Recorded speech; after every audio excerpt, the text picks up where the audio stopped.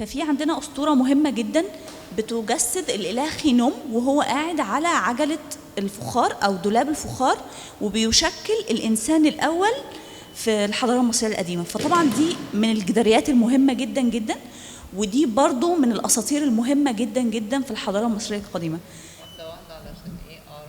Okay. You will translate. Okay. If you want. So, okay. طيب. I can return if you want. عيد؟ لا عادي أنا جبت. Okay. بس اسمه إيه الإله؟ خينوم.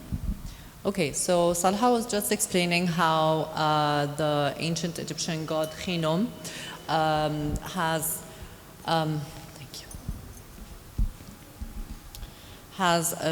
there are drawings on the wall of him using the wheel for a ceramic wheel, and he was just creating the first man. So this myth, how important this was to the ancient Egyptian civilization, and how that really was built into the belief system, and how that shaped communities moving forward in ancient Egyptian times. طبعا الأساطير دي اتكلمت عن حاجتين مهمين جدا. أول حاجة اللي هي زي ما قلنا الآلهة، الحاجة التانية الحاجات اللي كانت مرتبطة بالكون والطبيعة. يعني هي كانت عبارة عن قصص أوكي مش هنقول خيالية لكن هنقول خارقة للعادة، تمام؟ اتكلمت عن خلق أو نشأة الكون، واتكلمت عن الظواهر الكونية اللي ما كانش عندهم تفسير ليها. بس أهم حاجة ليها علاقة بموضوع الأسطورة هو إن كلنا كان لازم يعني كمجتمع مصري قديم أو كشعب يعني نؤمن بهذه الأساطير، تمام؟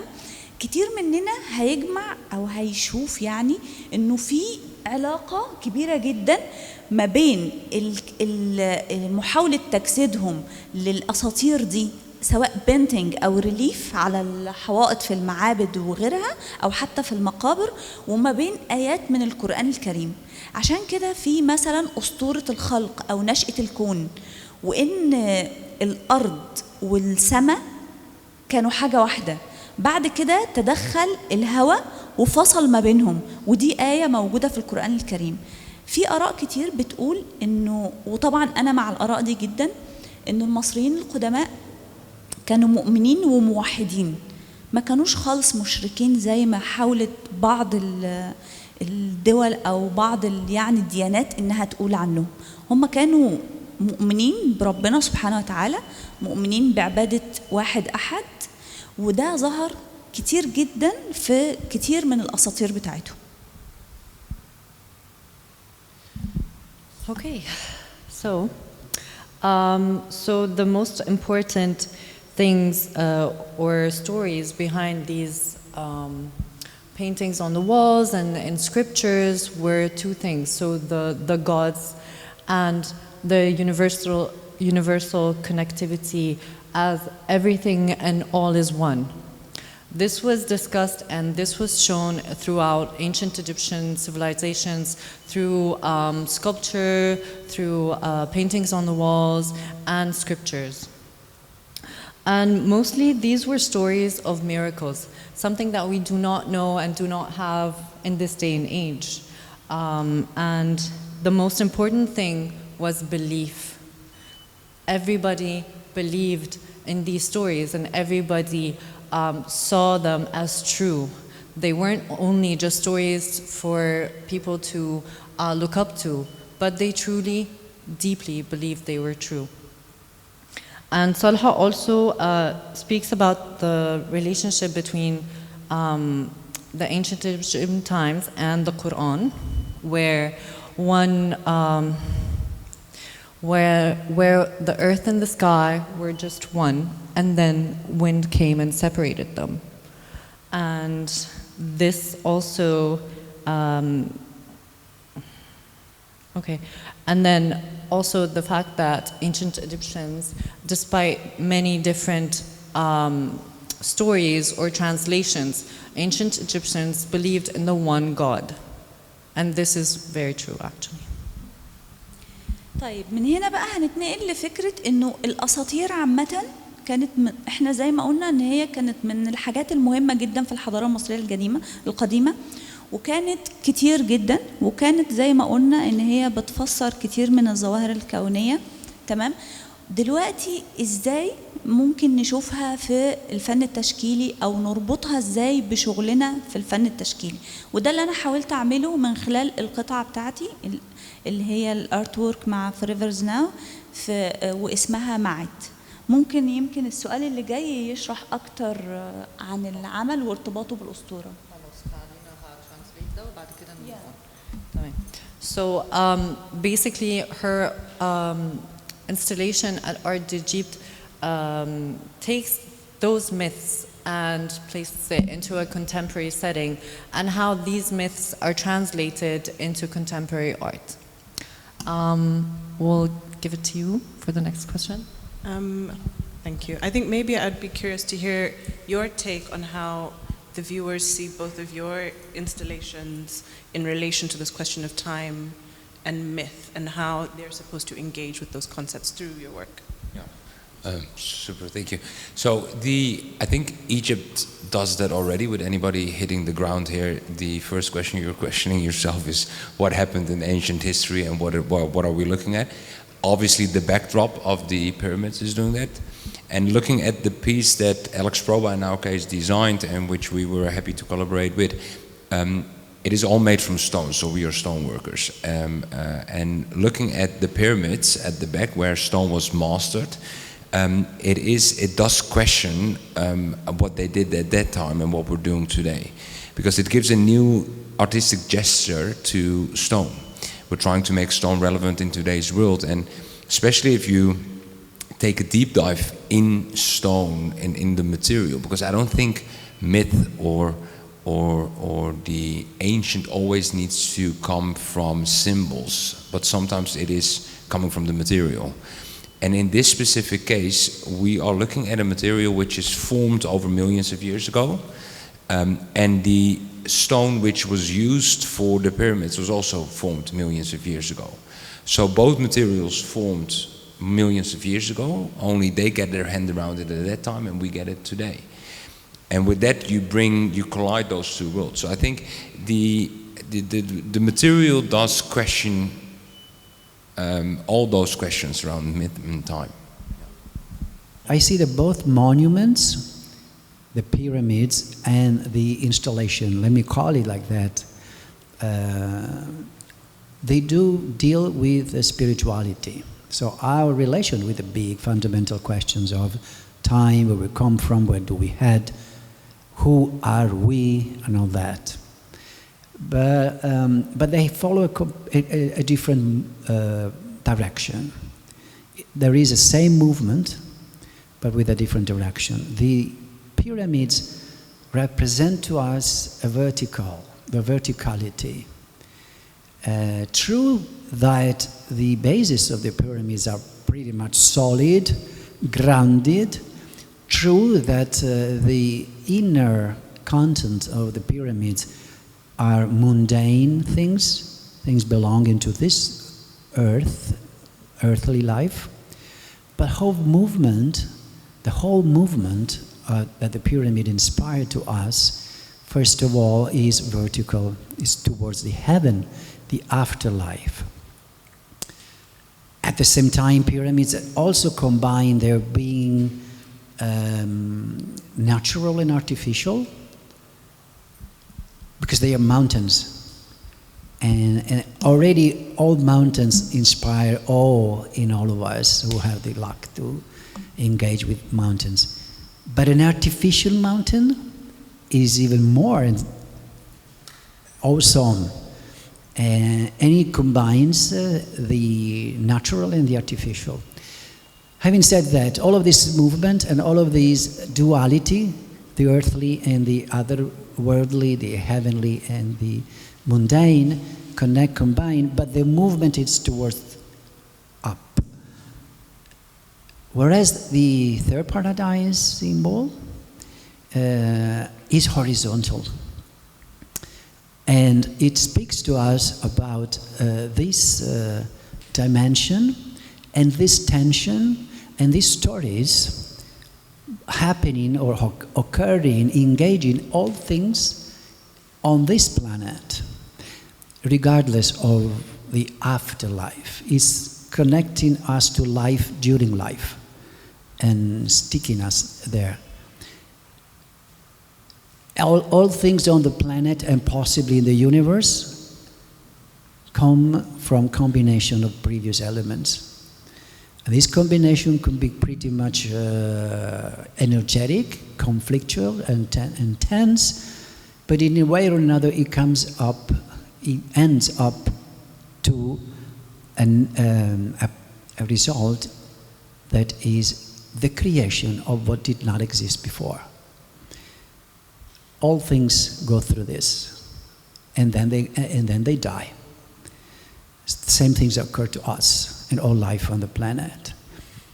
But to represent this and to engage into the spiritual meaning of this limited dimension of the earthly life as the only life we are focusing on doesn't mean that we are rejecting the possibility of other lives in the afterlife, after death. But it is much more about what is happening here and now. And I think that there is an element that kind of reveals this deep dive into our spiritual question marks, and it is the obelisks with the mirrors, because what happens there is that even in this hyper-vertical element of solidity, we find ourselves.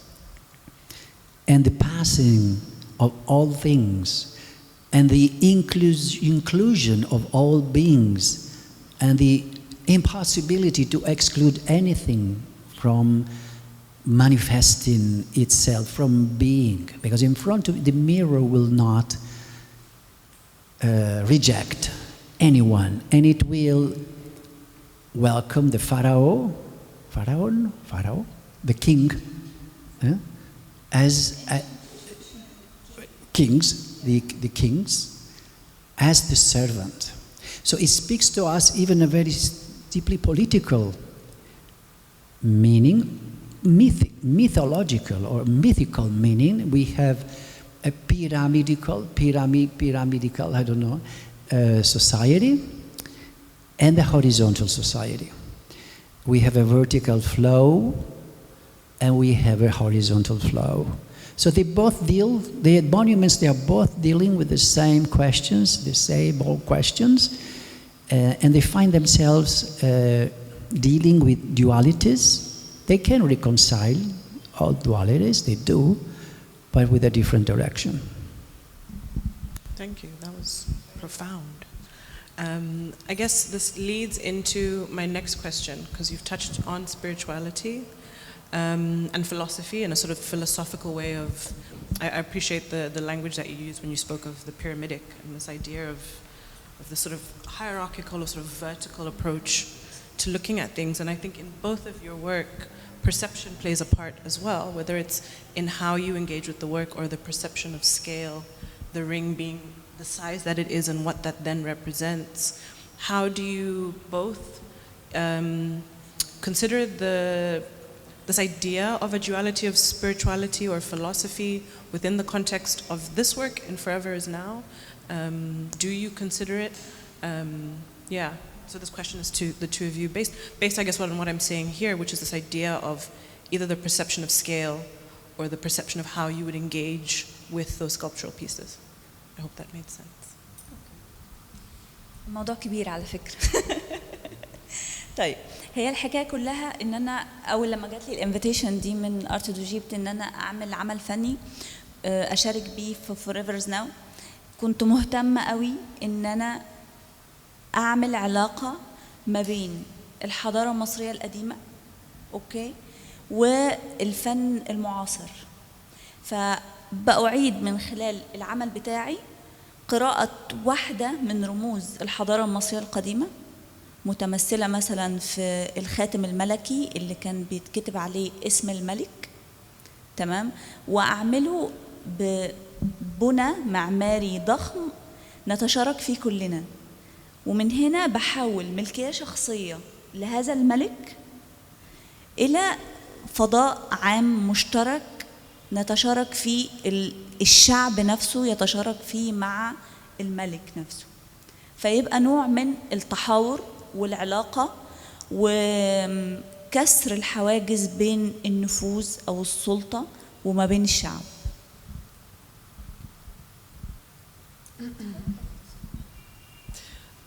So Salha was just speaking on how she wanted to relate from she wanted a dialogue between the ancient Egyptian and the contemporary artist today, and she took the ring of a king and made it into an architectural installation where we can integrate as human beings within the king's ring. And that has a very powerful meaning of breaking the barriers between someone who is a ruler and someone who is just a common person. فمن خلال العمل ده أنا حولت رمز السلطة متمثل في الخاتم الملكي لعمل أو installation بنتشارك فيه. زي ما قلت اهتميت جدا بأن أنا أستخدم الكتابات القديمة، الكتابات المصرية القديمة على سطح القطعة، ودي كلها كانت عبارات مستوحاة من كتاب الموتى، كلها بتدور حوالين العدل والخير والحقيقة. تمام، ودي بتسمى في الحضارة المصرية القديمة مبادئ معد، علشان كده أنا سميت العمل بتاعي معد. مش عايزة أتقل على No, it's fine. So she took a symbol of authority, and this ring was kind of the first stamp in the world, right? His ring had his name on it, and any papers, he would just stamp it with the ring, and that was the first one in history. And so she took that symbol of authority and made it into an installation. And the hieroglyphics on the side of the artwork are from the Book of the Dead, which speak of justice and honesty. حاولت باختصار شديد جدا إني أعبر عن فكرة العلاقة اللي ممكن يحتاجها الشعب من الحاكم من خلال الجمل اللي أنا كتبتها على الخاتم ده. طبعا احنا قد ايه مفتقدين المبادئ الأخلاقية، مش بس هنا في مصر، لا في كل العالم، واللي ممكن المفروض او يعني المصريين القدماء أرسوا قواعدها او ان هم خلوها تبقى حاجة أساسية، او يعني كانوا مهتمين بيها جدا جدا، فكانت حاجة في عقيدتهم، متمثلة في عقيدتهم. فازاي انا احول أو أهتم بكتابة المبادئ دي على القطعة الفنية بتاعتي، بحيث إن أنا كأني بقول تاني، كأنه مسج، يعني بقول منها إنه إحنا في أمس الحاجة للمبادئ الأخلاقية دي، وإنها لو استمرت وفضلت موجودة معانا تمام هنعيش في سلام، وهتهدى كل الصراعات الموجودة في كل الدنيا واللي إحنا مش في حاجة ليها أبدا أبدا. So the relationship between authority and society, this was one of her main themes within this installation, and this was of great importance to the ancient Egyptian king or queen, and it's a message for today. Today we really need justice, we really need to be united in the, these times that we're living in. Peace and unity are needed.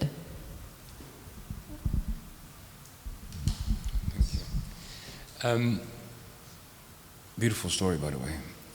Looking at the, I think dualities and questioning those are maybe one of the basic aspects of art.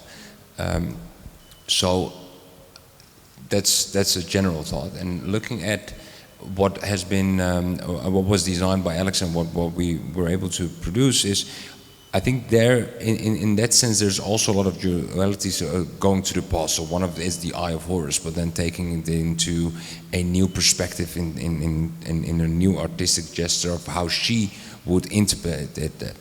But I think looking into the material itself also, and that could be a lot of materials in general, but looking into the material itself, it also fights on so much of the past and having this weight of history, but then touching it in today's world, which also questions, of course, a lot of things.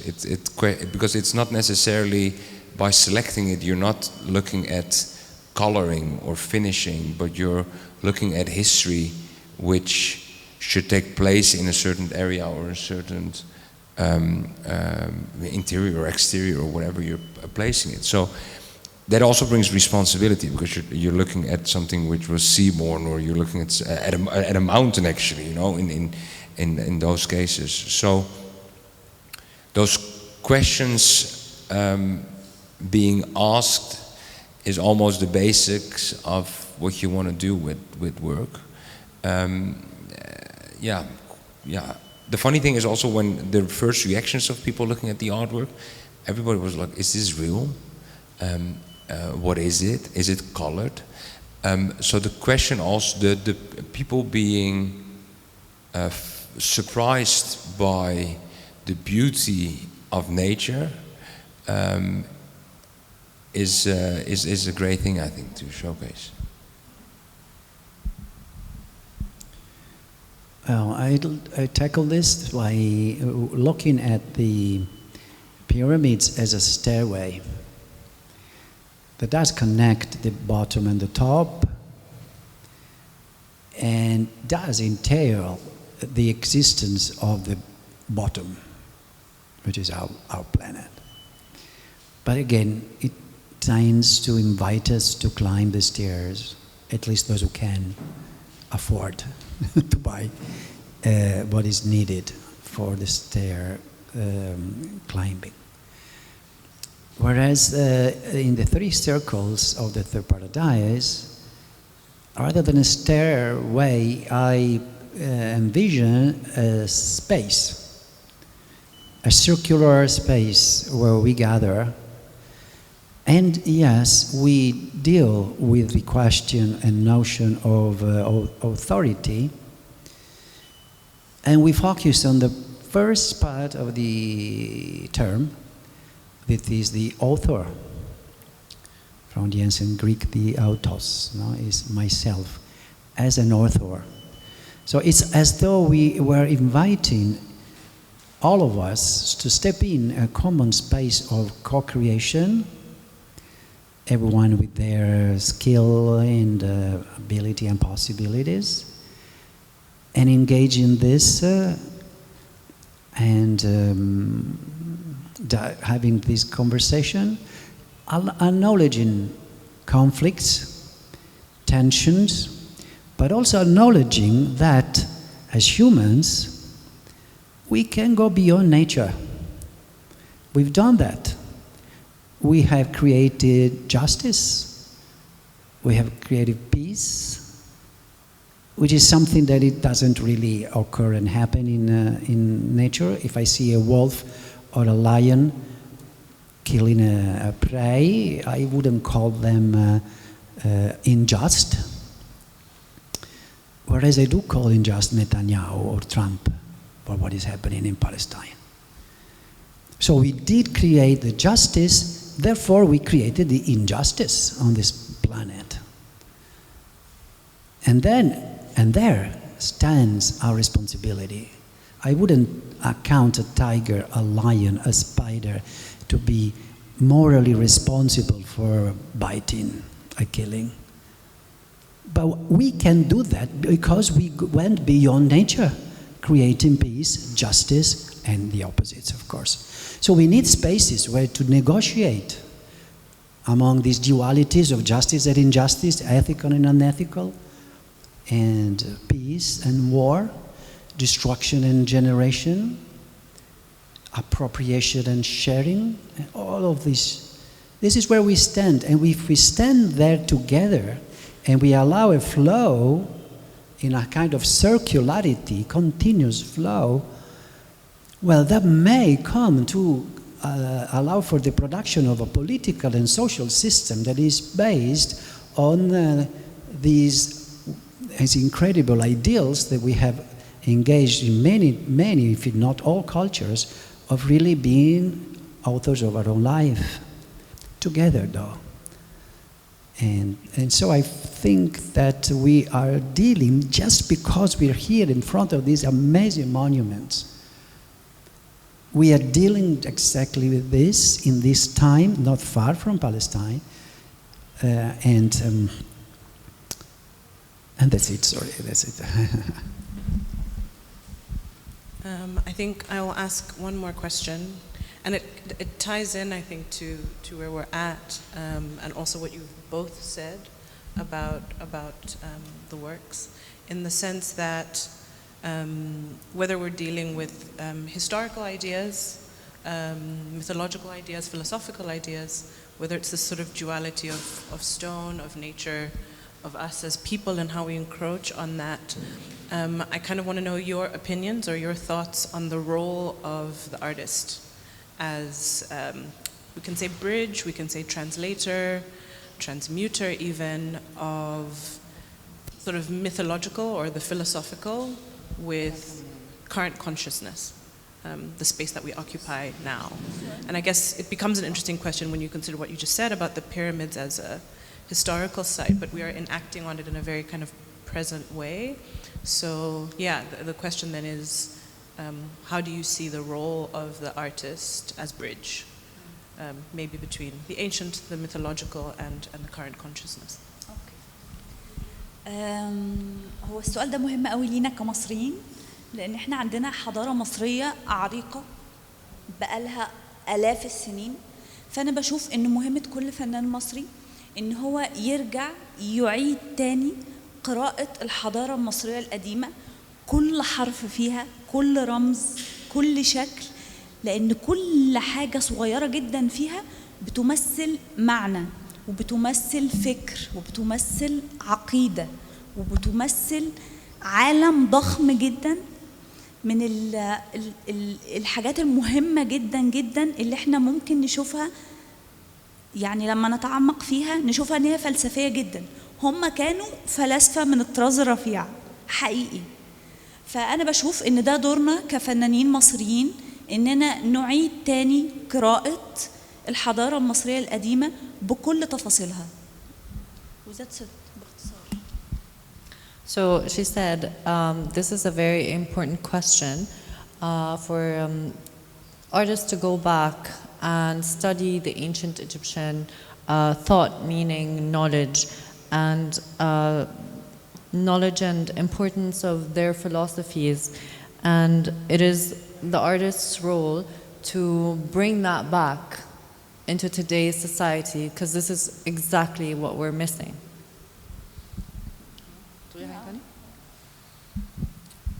I think the role of the artist or the creative in this case is to help us sometimes get meaning in life in general, because in this fast moving, mostly digital life, I think we should be asking ourselves some questions, and we should be asking ourselves questions about meaning in life and what we're doing and how we're doing it, and if what we're doing is what we want to do.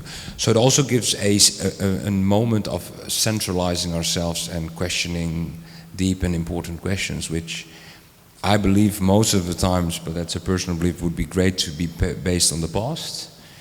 Because eventually, by really understanding the past, we might be able to understand now, and if we listen very closely, we might be able to predict the future.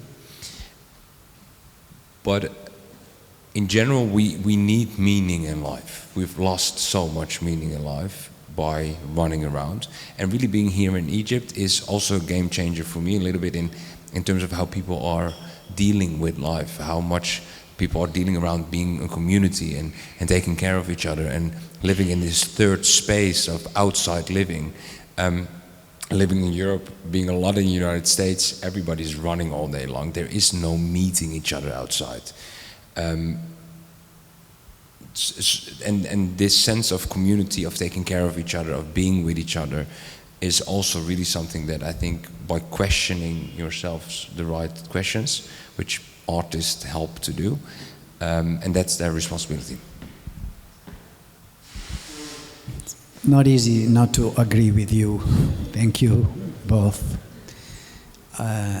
Artists do create and produce and provide us with lots of things. Definitely what you said are among those. I would like to cherry pick another one, and out of this fruit, tree of fruits, and it is that they infuse us and allow us to practice feeling. This exercise of the mind and the soul of feeling. And why do I think that is relevant in this context? It is because it allows, first of all, to feel and see the world as the others do. It allows us to, how do you say, to impersonate, to become the other. That is the basis, I think, of our coming together, of our grouping. We are different, but we understand one another. Thanks to, actually, there are neurons in our brains. They are exactly developed for that by nature. I would experience your sorrow or joy through the same circuits that I will experience my own. This has been a major discovery about 20 years ago. And that brings about the notion of compassion, that really means to be passionate, a passion that we share, or empathy, which is basically the same. It is not ideological, or not only an ideological or idealistic construct, abstract construct. It is embedded, geared in our neural circuits. And that explains where we come from, similarly to where you are focusing on the communitarian life that we tended, especially before modernism and capitalism, to enjoy, with the good and the bad. It wasn't only good, especially with the paterfamilias, with the how do you say, the father, who were a kind of enslaving most of their clan. But it was not always the case, obviously. There was love, affection, and even enlightenment in this system. So I think one of the major, currently most important roles is because, why do I say that? It's because most of our societies are dormant. We are taking in anything. We are accepting everything as though we were completely annihilated by this overexposure of doses of visions that kind of keep us excited, and we don't have time to feel properly the way we are used to that, and then to accommodate these feelings in our life. And then we tend to disconnect by the reality and allow the ones who are not disconnected to engage with reality and control our realities.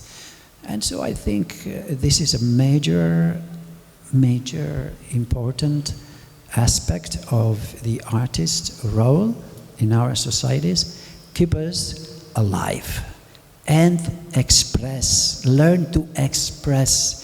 And I will also use a dangerous word, manifest, as in allow to be visible, manifest our feelings.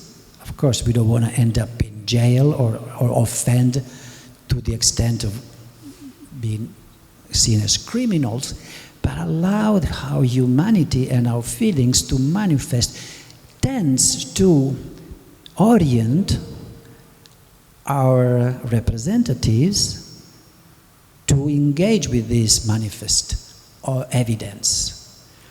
And hopefully, we have also that to hope, to cater for that in the political.